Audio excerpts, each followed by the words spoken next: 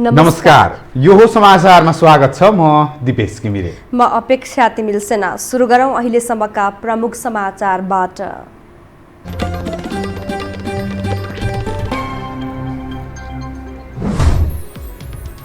प्रधानमन्त्री ओलीद्वारा मन्त्री परिषद विस्तार, 8 मन्त्री थपिए। ऊर्जामा रायमाझी, श्रम मन्त्रालयको जिम्मेवारी शाहलाई।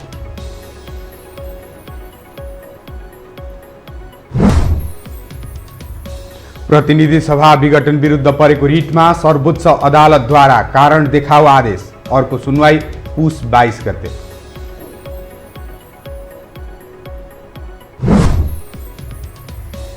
आधिकारिकता दाबी गर्दै नेकपा दाहाल पक्षका शीर्ष नेता पुगे निर्वाचन आयोग। ओलीले गणतन्त्र मास्न लागेको आरोप।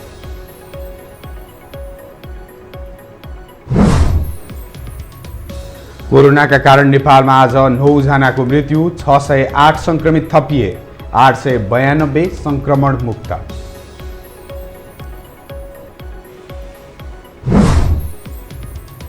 र पुनर्निर्माणको गति गौरव गर्न लायक भएको प्राधिकरणको दाबी, भारत र पाकिस्तानको भन्दा तीव्र गतिमा भएको विश्लेषण।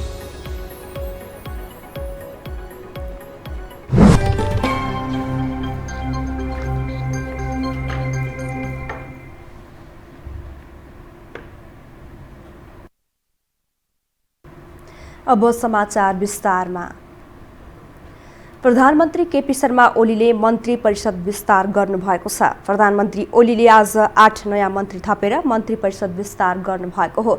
विस्तारित मन्त्री परिषदमा पूर्व माओवादी र एमाले तर्फबाट मिलाएर मन्त्री बनाउन लागिएको बालुवाटा स्रोतले जनाएको छ। नयाँ मन्त्रीहरूमा पूर्व माओवादीका तर्फबाट टोप बहादुर रायमाझीलाई ऊर्जा, प्रभु शाहलाई श्रम, मणि थापालाई पर्यटन, गौरीशंकर चौधरीलाई शिक्षा र दावा लामालाई खानेपानी तथा सरसफाई मन्त्रालयको जिम्मेवारी दिइएको छ। त्यस्तै पूर्व एमालेबाट प्रेमाले, विमला विक र गणेश ठगुन्ना मन्त्री बन्न लागेको भए पनि कार्य विभाजन हुन भने बाँकी छ।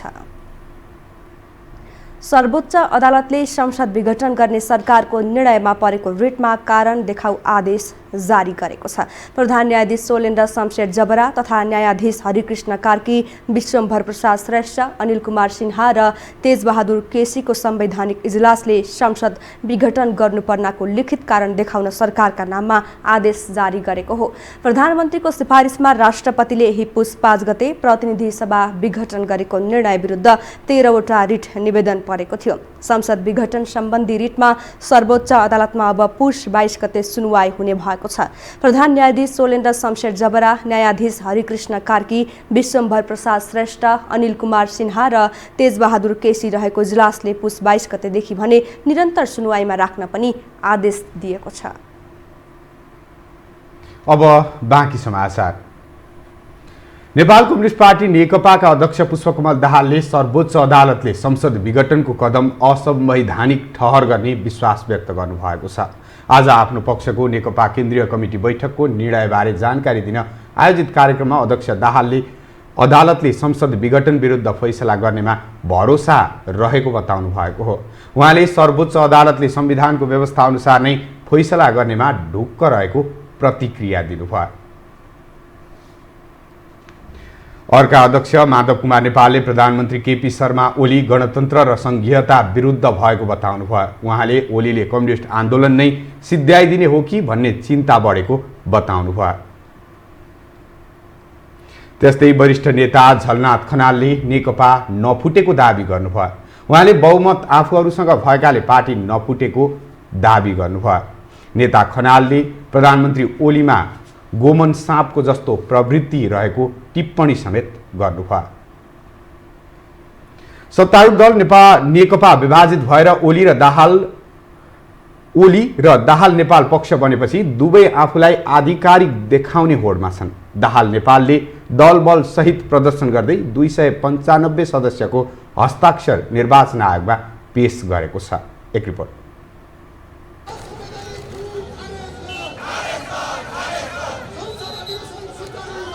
नेपाल कम्युनिस्ट पार्टी नेकपा दाहाल नेपाल पक्ष शुक्रबार ठूलो दलबल सहित काठमाडौँको माइती घरमा जम्मा भयो। चिल्ला कार्पेट र आरामदायी सोफा केन्द्रित छलफलमा व्यस्त हुने नेताहरू यस्तो हालतमा पाइए। प्रधानमन्त्री केपी शर्मा ओली र पुष्पकमल दाहाल बीचको विवादले उग्र रूप लिँदा प्रतिनिधि सभा विघटन भएपछि दाहाल नेपाल समूह सडकमा आएको हो। पुस 5 गते 2 चिरामा विभाजन भएको नेकपा हाल ओली समूह र दाहाल नेपाल पक्षमा चुइटिएको छ। यही बेला आफूलाई आधिकारिक देखाउन दाहाल पक्ष प्रधानमन्त्री विरुद्ध सडक सङ्घर्षमा उत्रिएको हो। माइती घरबाट प्रदर्शन गर्दै निर्वाचन आयोग पुगेका उनीहरूले पार्टीको सूर्य चिन्ह र कार्यालय आफ्नो हुने दाबी गरे।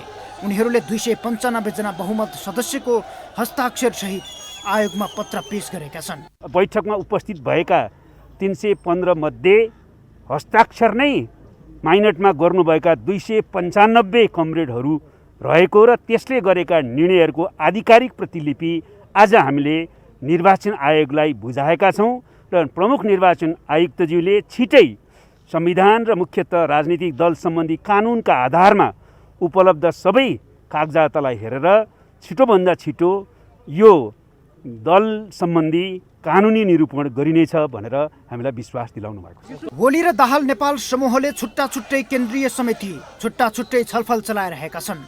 बेग्लै बैठक, बेग्ला बेग्लै निर्णय गर्दै आएका दुवै समूहले आफूलाई आधिकारिक नेकपा पनि बताउँदै आएका छन्। आफू वैधानिक भएको साबित गर्न ओली पक्षले पुस 7 गते नै निर्वाचन आयोगमा पुनर्गठित केन्द्रीय कमिटीको विवरण पेश गरिसकेको छ। तर दाहाल नेपाल पक्षका नेताहरूले शुक्रबार निर्वाचन आयोगमा पत्र बुझाउँदै सिङ्गो पार्टी आफू भएको बताएका छन्। कुनै दुविधै नराख्नु भए हुन्छ, कसैले पनि दुविधा नराख्नु भए हुन्छ। यो त प्रष्ट रूपबाट तथ्य सत्यबाटै देखाइसक्यो नि त। सत्यगत प्रमाणै छ नि त, तथ्यगत प्रमाणै छ नि त। हामी आयोजक कमिटी त हाम्रो होइन नि त। हामी त 441 जनाबाट बनेको 295 जना र अझै भनौँ भने 315 जनाको सङ्ख्या हामीसँग छ। त्यस भएकोलाई त्यो स्पष्ट आधिकारिक भनेर संस्थापन भनिसकेपछि अरू चाहिँ नि दुविधा राख्नुपर्ने कुनै कारण छ। कमरेड प्रचण्ड, कमरेड माधव नेपालले नेतृत्व गर्नुभएको यो पार्टीले वैधानिकता पनि प्राप्त गर्छ, चुनाव चिन्ह पनि प्राप्त गर्दछ र यो जो भ्रम सिर्जना गर्न खोजिएको त 21 सदस्यहरूले चाहिँ अवैधानिक ढङ्गले बैठक गरेर बाहिरपट्टि जुन भ्रम सिर्जना गर्यो त्यसलाई चाहिँ यथा तथ्य राखेर हामीले बुझाउनु पर्ने यतिखेरको आवश्यकता हो। सरकारको कदम असंवैधानिक भएको भन्दै दाहाल पक्षका नेताहरूले निर्णय बदर भई संसद पुनः स्थापना हुने विश्वास व्यक्त गरेका छन्। दुई चोइटा परेको नेपाल कम्युनिस्ट पार्टी नेकपाको दाहाल नेपाल समूहले यति बेला निर्वाचन आयोगमा आएर केन्द्रीय कमिटीको बैठकको निर्णय र त्योसँगै 295 जना सांसदहरूको हस्ताक्षर सहित पत्र पेश गरेको छ, जसले उसको दाबी छ नेपाल कम्युनिस्ट पार्टीको आधिकारिक अब दाहाल नेपाल समूह हो। तर यस्तै दाबी ओली पक्षले पनि गर्दै आएको छ। तर यसको छिनोफानो अब यी दुई समूहले गर्ने छैनन्, यसको छिनोफानो निर्वाचन आयोग र संवैधानिक संस्थाले गर्ने भएको छ। यो हो टेलिभिजनका लागि क्यामेरामा सुरज श्रेष्ठका साथमा सन्तोष भिके थापा, काठमाडौँ। प्राविधिक रूपमा नेकपा विभाजन भइसके पनि आधिकारिकताको विषय निर्वाचन आयोगमा पुगेर अड्किएको छ। यद्यपि दुई पक्षका शीर्ष नेता आफ्नो पक्षमा माहौल बनाउन एकले अर्कालाई कटाक्ष गर्ने र दोषारोपण गर्ने स्तर भने चुलिएको देखिन्छ। एक रिपोर्ट।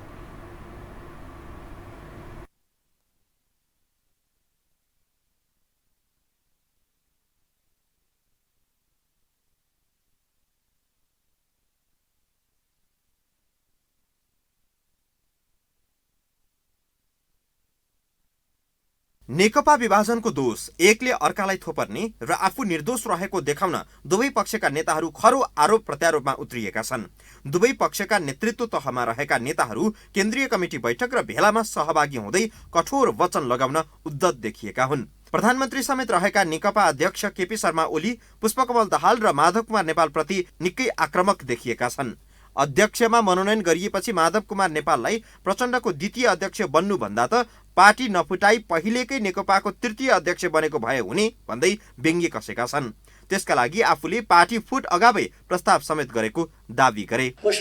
यस पार्टीलाई, यस आन्दोलनलाई ध्वस्त पार्न लाग्नु भएको छ। माधव नेपालजीले स्वर्ण पाउनु भयो अस्ति यादैन? होइन। रजत यत्रो पार्टीमा विग्रह मचाए बापत रजत खुसी भएर लाउनु भएछ। खुसी भएर रजत। यता माधव कुमार नेपालले ओलीमाथि गणतन्त्र र संघीयताको विरोधी भएको आक्षेप लगाएका छन्। नेपालले आफूहरू बीच 49 वर्षको सहकार्य रहेको जानकारी दिँदै प्रधानमन्त्री ओलीमा अहिलेको व्यवस्थाप्रति कुनै माया मोह नभएको टिप्पणी गरे। केपी ओलीसँग त मेरो सहकार्य तपाईँले भने जस्तो 30 वर्ष होइन, 49 वर्ष भयो। दिपाको उमेर कति हो त्यो 49 वर्षदेखिको सहकार्य। किनभने सबै चिजले अहङ्कार पैदा गर्दो रहेछ। त्यो फोटोले अहङ्कार पैदा गर्ने, ठुलो कुर्सीले अहङ्कार पैदा गर्ने। र हाम्रो केपी शर्मा ओली एउटा जिउँदो जाग्दो उदाहरण हुन्छ। कम्युनिस्ट विचारबाट, कम्युनिस्ट आचरणबाट, कम्युनिस्ट शैलीबाट, कम्युनिस्ट तौर तरिकाबाट उहाँ विचलनको बाटोमा, पतनको बाटोमा। प्रधानमन्त्री ओलीले प्रचण्ड र नारायणकाजी श्रेष्ठको पनि कठोर आलोचना गरेका छन्। प्रचण्डलाई प्रधानमन्त्री बन्न नपाएको झोकमा पार्टी फुटाएको ओलीको आरोप छ। त्यसको जवाफमा प्रचण्डले ओलीको कुतर्क बाहेक अरू केही नभएको बताए। सानो झुण्ड लिएर वैधानिक नेकपा मेरै हो भन्दै बालुवाटारमा भेला गर्नु पनि हास्यास्पद भएको प्रचण्डको बुझाइ छ। केपीजी चाहने माधवजीको पक्ष कुनै जिल्लामा नै नआओस्, केन्द्रमा नै कमभन्दा कम आओस्, प्रदेशमा नरहोस्, जनसङ्गठनको नेतृत्वमा नरहोस् भन्ने चाहने। म चाहिँ माधवजीको पनि उत्तिकै छ त तागत, त्यसो भएको हुनाले माधवजीको पनि उत्तिकै चाहिन्छ भनेर जोड्न बल गर्ने मान्छे हुँ म। केपीजीलाई मन नपरेको त्यही हो। त्यस कारण एमाले फुटाउने केपीजी हो, म होइन। पार्टी फुटपछि वैधानिकतालाई लिएर आरोप प्रत्यारोपको त उत्कर्ष नै देखिएको छ। नेताहरूको एकले अर्कालाई उछितो काट्ने र आफू चाहिँ दोषमुक्त भएको भ्रम सिर्जना गर्नु खोज्नु पनि मूर्खता हो। दुवै पक्षको हट र गैर जिम्मेवारपनले यो सङ्कट पैदा भएको सर्वसाधारणको समीक्षा छ। हामीसँग समाचार अझै बाँकी छन्, अहिलेलाई विश्राम।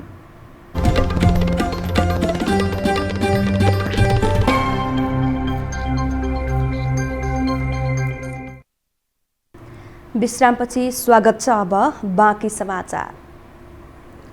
कोरोना संक्रमणका कारण नेपालमा थप 9 जनाको मृत्यु भएको छ। यससँगै संक्रमणका कारण मृत्यु हुनेको संख्या 1816 पुगेको छ। स्वास्थ्य मन्त्रालयका अनुसार आज 608 जनामा संक्रमण पुष्टि भएको हो।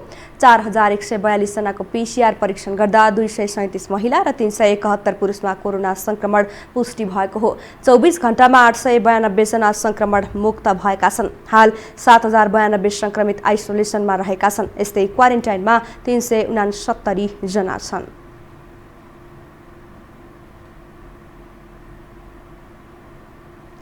राष्ट्रिय पुनर्निर्माण प्राधिकरणले नेपालमा भूकम्पले क्षतिग्रस्त संरचनाको पुनर्निर्माणको गति गौरव गर्न लायक भएको बताएको छ। आज 5 वर्षे प्रगति विवरण सार्वजनिक गर्दै प्राधिकरणका प्रमुख कार्यकारी अधिकृत सुशील केवालीले नेपालले पुनर्निर्माणको क्षेत्रमा विगतमा भारत र पाकिस्तानमा भएको भन्दा निकै तीव्र गतिमा गरेको दावी गर्नुभएको हो। उहाँका अनुसार भूकम्पले भत्काएका निजी आवासतर्फ 91% प्रगति भएको छ। त्यसमध्ये अहिलेसम्म 69.9% घरको पुनर्निर्माण पूरा भएको छ।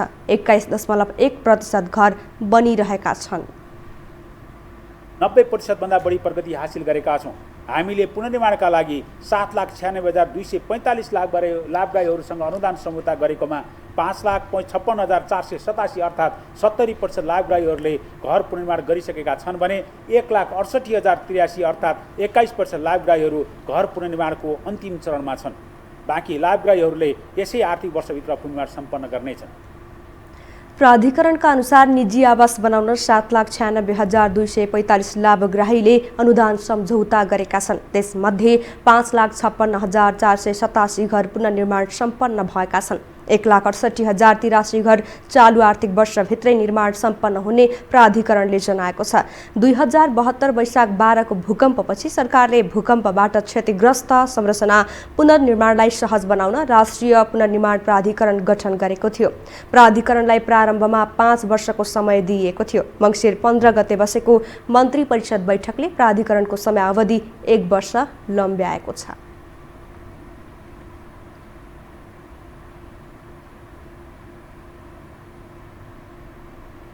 अब पालो आर्थिक समाचारको।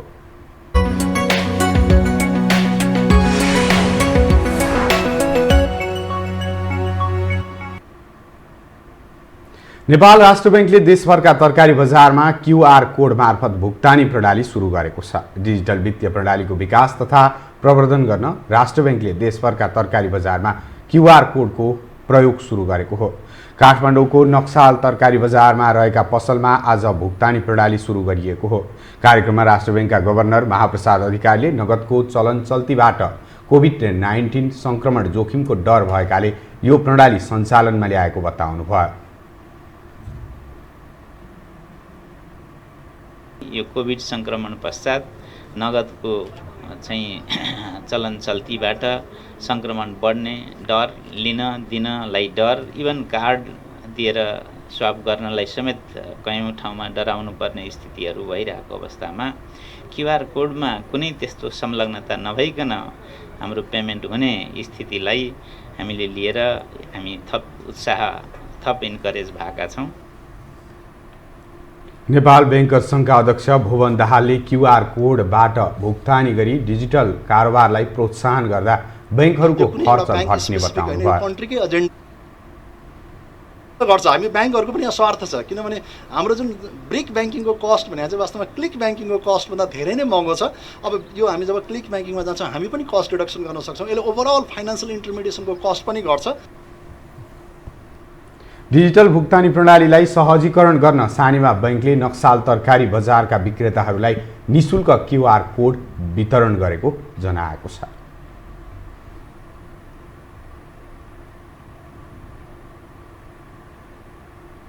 हामीसँग अन्तर्राष्ट्रिय र खेल समाचार अझै बाँकी छन्। अहिलेलाई विश्राम।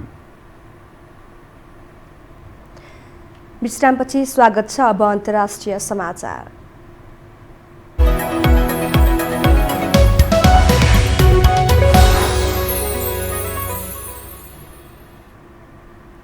भारतमा कोभिड-19बाट आजसम्म मृत्यु हुनेको संख्या 1,47,000 पुगेको छ।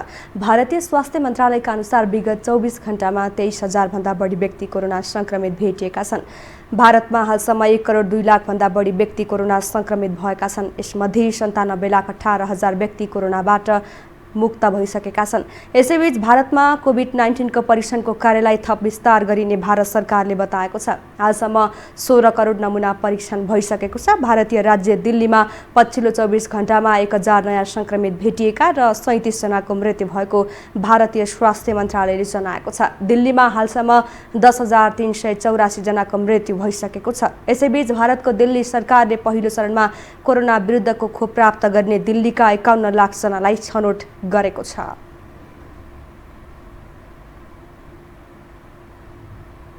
अब पालो खेल समाचारको।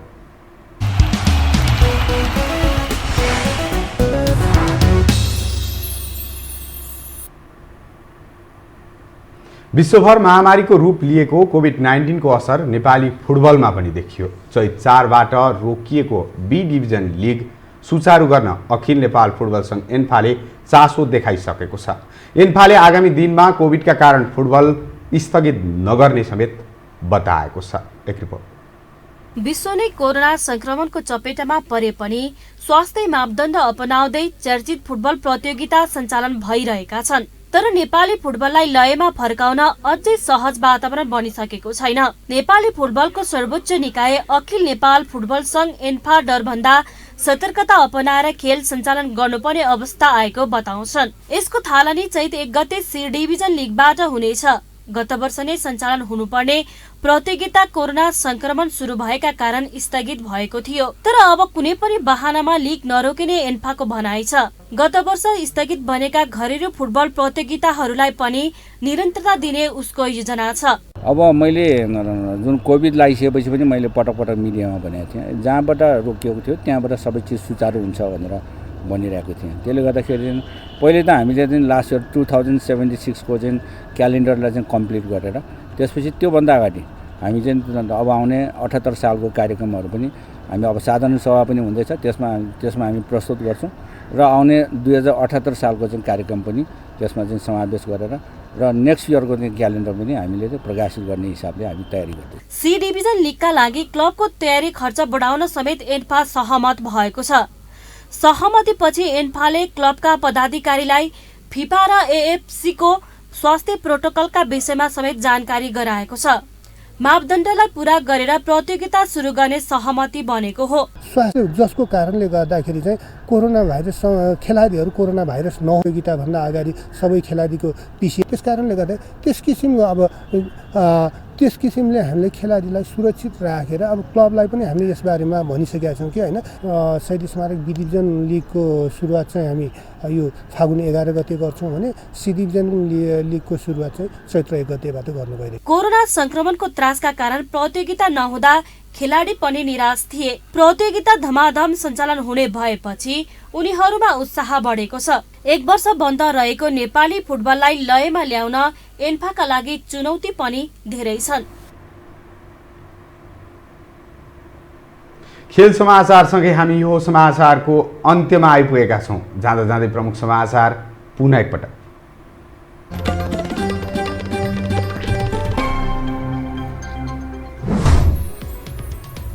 प्रधानमन्त्री ओलीद्वारा मन्त्री परिषद विस्तार, 8 मन्त्री थपिए, ऊर्जामा राईमाझी, श्रम मन्त्रालयको जिम्मेवारी शाहलाई।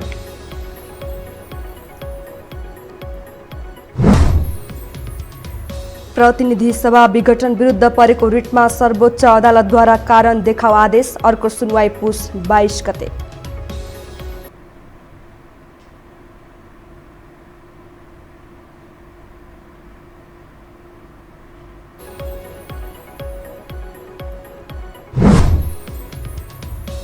आधिकारिकता दावी गर्दै नेकपा दाहाल पक्षका शीर्ष नेता पुगे निर्वाचन आयोग, ओलीले गणतन्त्र मास्न लागेको आरोप।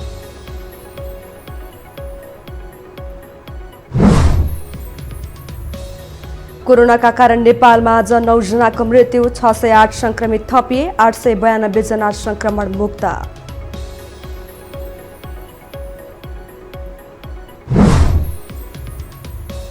र पुनर्निर्माणको गति गौरव गर्न लायक भएको प्राधिकरणको दावी, भारत र पाकिस्तानको भन्दा तीव्र गतिमा भएको विश्लेषण।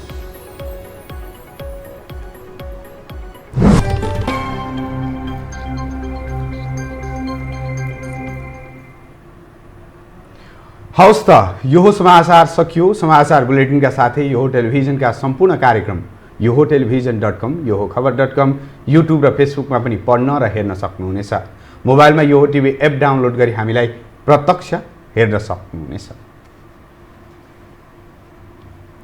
तथ्य सहितको निष्पक्ष समाचारका लागि यो टेलिभिजन हेर्दै गर्नुहोला। नमस्कार।